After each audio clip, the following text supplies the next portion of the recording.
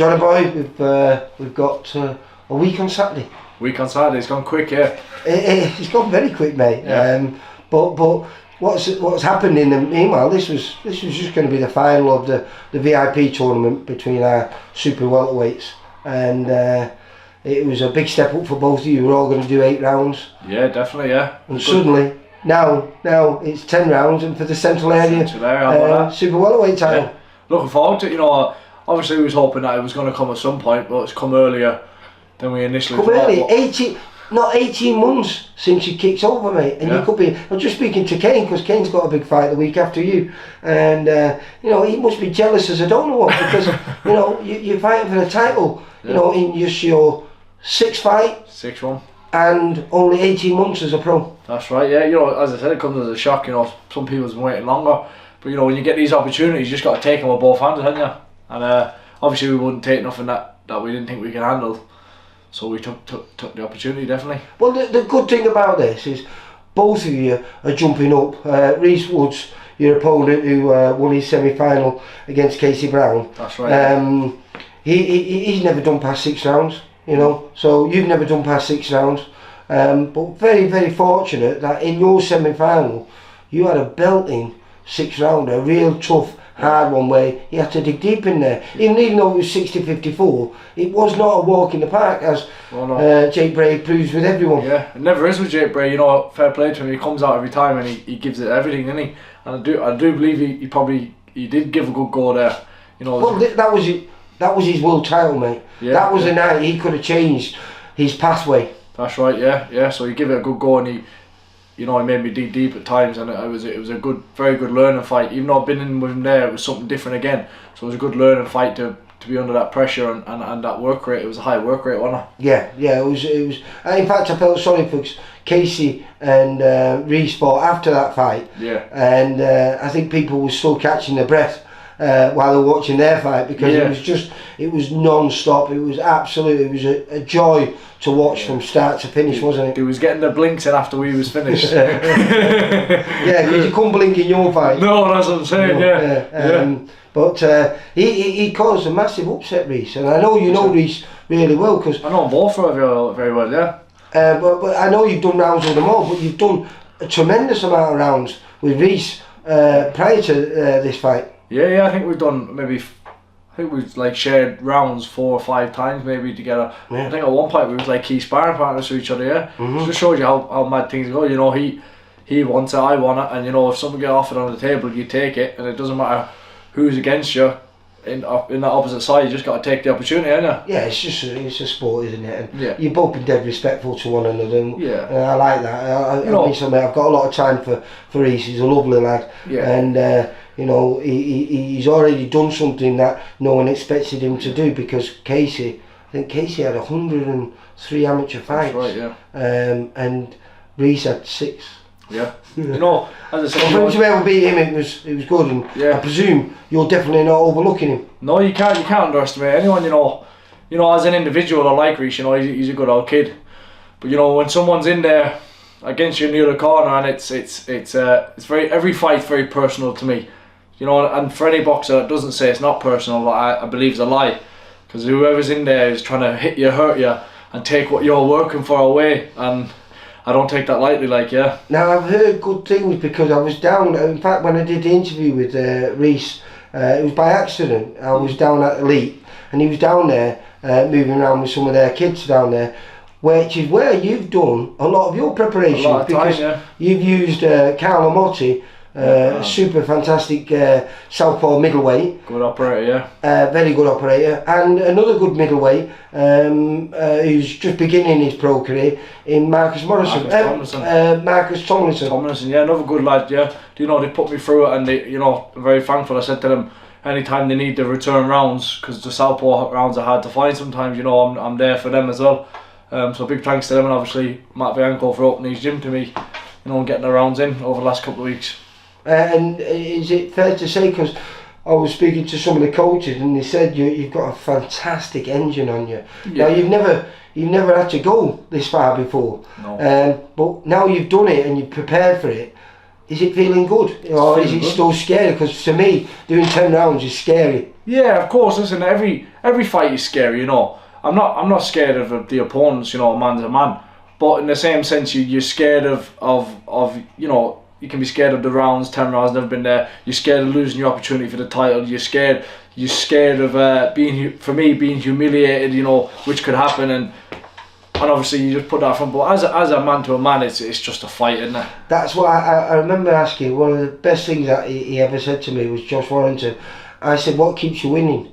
And he went, "The fear of losing." The fear of losing. That's and I think that fear is a fantastic fear to have, because it's a fear that makes you perform, doesn't it? Exactly. Yeah. You know, it's nervous energy, isn't it? Yeah. I mean, when I'm fighting, like, I keep thinking about, you know, why I'm doing it, who I'm doing it for, and it just gives you that extra push, doesn't it? That fear of losing, how far that'll set you back mentally, physically, you know, in the ladder. So there's a lot on the line, isn't it? But I mean, I don't put no unnecessary pressure. But there's no real pressure for either of you. No. Because it's just, even though there's a title on the line for it. Yeah. Neither of you should be.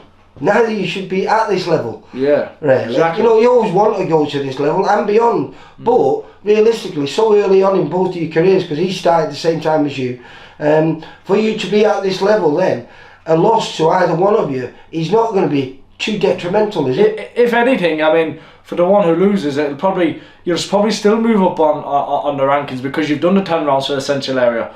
So in the ladder wise, you probably won't end up losing nothing, will you? No. And as you said, you know, both prospects jumping in there, risking it. So it's there's nothing to lose really, only to learn.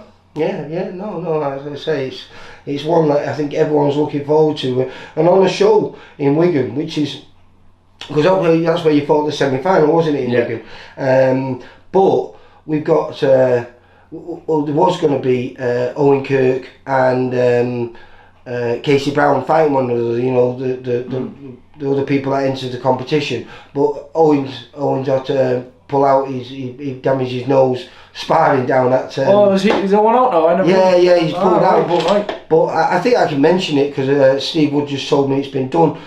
Casey's now been offered an opportunity to fight on the big stage against former GB boxer and ABA champion Harvey Lambert. Right. So, you know, it's brilliant that, you know, when you because it's a right kick in the knackers when you know you prepare for the fight and suddenly it doesn't happen. Yeah, but then literally that door closed, because it was only a couple of days ago when he found out, right. And another door's opened, which could lead to some huge opportunity, because if he wins, you know, that guy is ranked to be, you know, tipped to be a special fighter. Right, yeah. So that, you know, fair play. As I said, I didn't even know that. So fair play to Casey. You know, hopefully, as I said again, I know him personally. Spent a lot of time there training with him. You know, Elliot's helped you in the corner with me. I hope he does it, and that's fair play to him. Yeah. Well, what I love about that, again, first thing that come out of his mouth, yes. You know, I presume there's not too many people say yes to Harvey Lambert. Let's get it on. Fair play to him. And like I say, I mean, this is it was never going to be a 50-50 fight, this. Oh, yeah. You know, everyone expected you to be in the final from when the four names were put in there. But I think now it's got to be a 50-50, because Rhys has just done the impossible. Like I say, when he beat Casey, no one expected that. Nothing's impossible though. You know, people underestimated Rhys there in that fight. You know, people say, look, Rhys has had 6 fights, Casey's had 100. There's a bit of a difference in between amateur and professional boxing. You know, when you turn that professional leaf, you're starting again, and the records are the same. That's the way I look. Well, how's this going to work for you? Because on that tournament, everything went up in the air, because you should have been fighting Owen Kirk, and Owen had to pull out, so he ended up fighting Jake Bray, who stepped in, and the way it was, because I don't think Jake could make that at short notice, so you came in a little bit heavier than you would do. Yeah, a bit fleshy. Yeah. That, I presume, is not going to be the case in this, because you have to make, I mean, as a professional, you would have never made 11 stone. 154, yeah. So I mean, yeah. So we've took our measure what we need to take there. I've got a nutritionist on board, but me and Ian obviously thought it was a good idea in Stephen Whitaker from Platform Performance. Good kid, an ex-boxer himself, and amateur boxer. You know, we always like to bring people in our team who have been ex-boxers, who know what it's like, amateur professional, to be in there. And obviously then with that, he's been helping.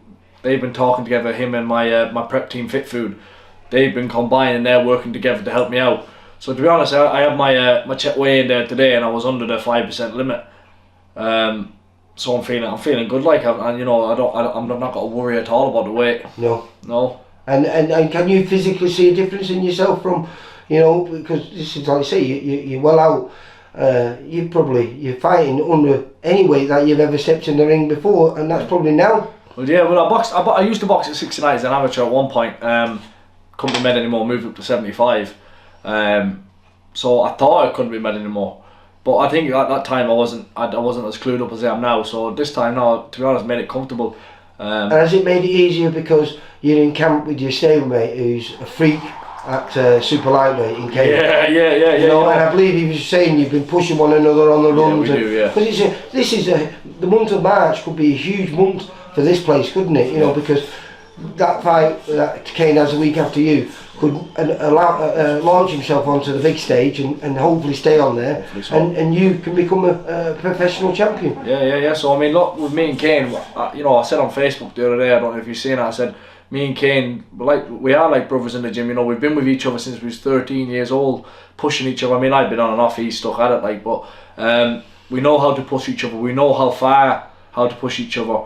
We know what we're capable of, and as stablemates, we push each other to them limits 100%. Has this made it a bit easier though, with the incentive of picking up your first title? Yeah, it gives you that extra push, doesn't it? You know, we always thought that this was going to happen at some stage, you know. And again, like I said before, it happened now is it's like a dream come true, really, isn't it? You know, this early. You know, there's a lot of boxers who would hope for this opportunity this early. No, like I say, it's amazing. It's a funny old game, boxing, and it always throws up different things. But I'm pretty damn sure that as a top of the bill, this is going to, without doubt, steal the show. I don't think you can't live up. You first of all, you've never been in a bad fight. No. I filmed you. I think I only filmed you 5 times. Hey, you didn't have that many, what, 25 amateur fights? Like that, yeah. I filmed you 5 times. You won 5 times. And you put a smile on my face all the times, and you've done the same thing as a pro. Yeah. And Rhys is a kid that I really like, and he surprised me every time because he had a terrible debut. You know, he won. It wasn't the performance that he wanted, but steadily he's got better and better and better to the fact where he beat a kid that no one believed he could beat. Yeah. So this is what makes it exciting. He's dragging something out of himself, and he knows he has to drag something out of himself to beat you. Yeah. And I'm pretty sure you're not taking him lightly. No, definitely not. You know, that can be a mistake some people make, you know, and I don't make that mistake. I treat every man the same, whoever they are. Just treat them the same, you know. And you know, Rhys has got, you know, he's a big lad. You know, he's got some abilities there. Can make an awkward night. Like most men. 6'1", is he? And he's got a ridiculously long reach, and he's a southpaw. So he's everyone's nightmare, isn't he? But in the same sense, you know, I can be someone's nightmare. I'm the boogeyman. That big.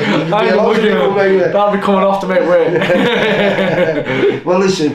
Good luck for a week on Saturday. I'll be down there. Like I say, you're both team VIP, so I'm just going to say, may the best man win. Yeah. But I know I am your favourite. I know you do like that. I tell you something. I tell you who's going to win. The people who are buying tickets, because it will not fail to deliver. And not only are you on there in this great fight for the title, but we've also got the local boy, Joe Howarth, who's been doing a lot of sparring with Kane. Again, another entertainer, good entertaining fighter. Joe Howarth is. He's a beast. Yeah. So you know, there's other names on there that's good as well. Well, you know, there's a load, but he's fighting. It's prospect v prospect, and that's what's exciting. The other kid does not need to take this fight. Risking it. Yeah. He's coming down to fight a guy who's got a record as being a puncher, and you know, why would anyone want to take him on? But he is, and hopefully it's going to make for a top fight, and it's going to be round off by. Well, the good thing about this, VIP win whichever way. Yeah, 100%, yeah. It'll be a good night. I'm looking forward to it. It will be a good night. Listen, I'll let you get back to your training. Thanks, I know you've still got a few more hard days of training. We're in the last tough week now, is it? Last tough week, yeah. Easy bits next week. Anything that you've got to do? Any spars left, or is that all done? No, I'm done with sparring wise now. It's just sharpen up, you know, keep ticking over. A little bit of weight cut there. Be fine, yeah. Right. Good luck for the 18th, mate. Thank you, Lee. See you later, bro. For all boxing info, news and latest interviews, amateur and pro, across the north, click and subscribe. VIP Boxing Promotions. Also Twitter, Instagram and Facebook.